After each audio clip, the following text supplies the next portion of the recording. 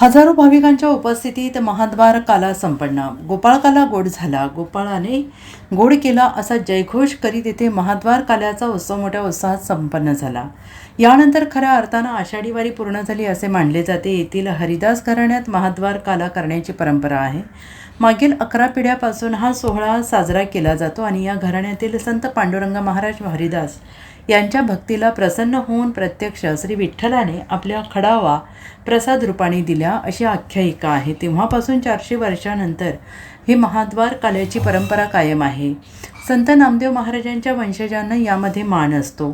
रामदास महाराजांची दिंडी आल्यानंतरच काल्याचा उत्सव सुरू होतो. दरम्यान परंपरेप्रमाणे हरिदास यांच्या काल्याच्या वाड्यात मदन महाराज हरिदास यांच्या मस्तकावर श्री विठ्ठलाच्या पादुका 100 फूट लांब पागोट्याने बांधण्यात आल्या. यानंतर श्री विठ्ठल मंदिरातील सभामंडप येथे हा सोहळा दाखल झाला. येथे महाराजांना खांद्यावर घेऊन 5 प्रदक्षिणा पूर्ण झाल्यावर अनिल महाराज हरिदास यांच्या हस्ते दहीहंडी फोडून काल्याचा प्रसाद वाटण्यात आला. यानंतर हा सोहळा महाद्वार घाटावरून चंद्रभागेच्या वाळवंटात दाखल झाला.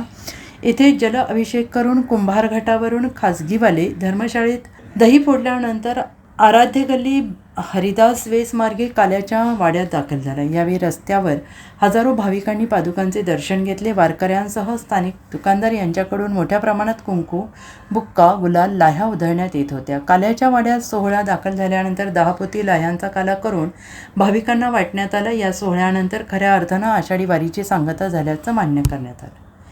Bureau report SBN Marathi, Pandharpur.